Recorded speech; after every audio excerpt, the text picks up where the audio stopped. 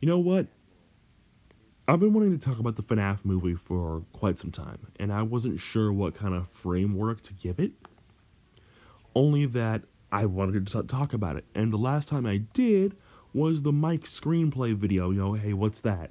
And that was ages ago now. And to be fair, that one did quite well. I did kind of do an explainer. I said what the Mike Screenplay was then, and it was a very good time. In fact, I'll put that video in the card above because I'm still proud of that video. It's an older one, but I'm still very proud of it. I like how that came out. And by the way, brief reveal on Squimpus McGrimpus here. I watched it through again, and I love every last bit of these. All the videos are really good. But you know what? The FNAF movie has been through some trauma. Well, trauma, quote unquote. It's lost directors, it's lost studios, it's swapped around from here and there and there and here and blah blah blah blah, and it's been sitting pretty with Blumhouse right now. And the Mike screenplay was the last major thing that I heard, other than the little maquette, if that's the word, for Freddy that we got from the guys, from the people that, oh gosh, I can't remember their names off the top of my head, but the people that make really cool animatronic stuffs and things and stuffs, and I can't talk today. But I'm excited for the movie for multiple reasons. Because if we're going with the Mike screenplay, let's just say for the sake of this video we are. What could they really do?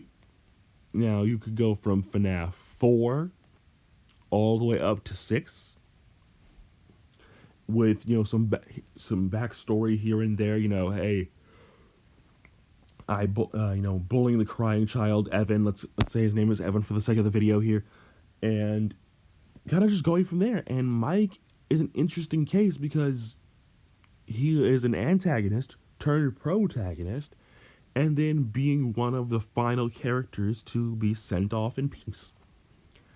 And it's interesting because if you just look at Michael Afton on his own, and even Squimpus McGrimpus here did something very creative with the dynamic between Mike and William Afton.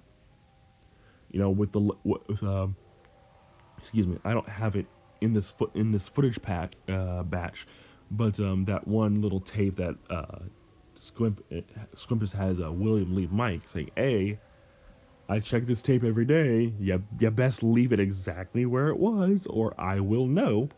And this Golden Freddy jump scare is actually really good, by the way. Yeah, that one.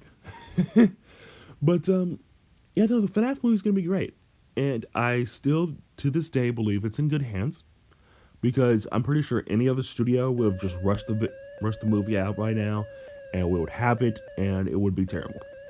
Which is exactly what Scott Cawthon wants to avoid, and I'm pretty sure that also Blumhouse wants to make sure that it is the best that there it is. And it's kind of sad though, because even I do believe, if I could be wrong, but it's what's sad though is we may never see more than just one of these movies at this point, because here's the thing, we've been waiting for this thing for so long at this point that it's hard to say if they would ever do another one. Now, if let's say for the sake of everything that the movie is successful, right? Let's just say that it did well at the box office, it hit top charts, all that stuff. Let's just say for the sake of conversation that it did. Would we ever see a FNAF 2? I doubt it. And I know that this feels like it's all over the place, but let's say we do get a FNAF 2. You have the Mike screenplay. Where do you go from there? You follow Mike's story because he's been a crucial character since the beginning. He was the night guard in FNAF 1. He probably had a role. He was probably Fritz Smith in FNAF 2. He's the guard in FNAF 3. We get into his brother's story and his story in FNAF 4. He's the guard in FNAF 5. He is the guard in FNAF 6. If we let's just, I mean, really though, thinking about it, if you were to do a FNAF one, you could focus it up on the first game, and I think that was the plan from the start anyway. If I remember correctly, probably not. But you could focus up on FNAF 1, and then go from FNAF 2. We get to see the bite of 87, maybe.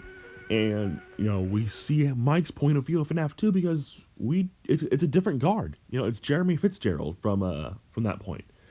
So we don't really know what Mike's role in FNAF 2 is. If he was Fritz Smith, he was there for one night. But was there anything else? That's one thing that Scott Cawthon, Cawthon, I'm saying it like Markiplier over here. That's one thing that we're not really sure of. We know that he's pivotal to FNAF 3, FNAF 4, FNAF 5, because he is the guard, the mechanic in sister location and whatnot. But where do we go from here? What did we really do? I kind of answered my own question, but I want to hear from you guys. What do you think FNAF 2 would be like? Let me know in the comments below.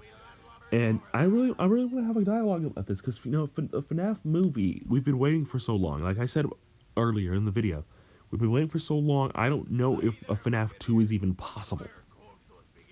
But, we'll have to wait more and see. Last I heard, we were dangerously close, and then we got the little maquette, and that was it. But, I will be doing a proper review for Squimpus McGrippus' videos, don't you worry. Because I do love these. I do love this stuff.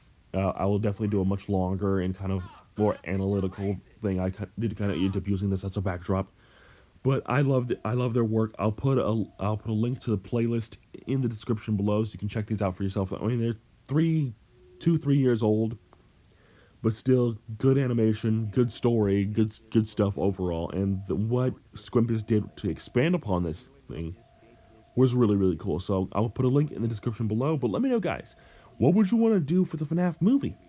For the sequel? Would you want to do FNAF 2, something different? Let me know in the comment section below. And I'll be seeing you all next time. Peace.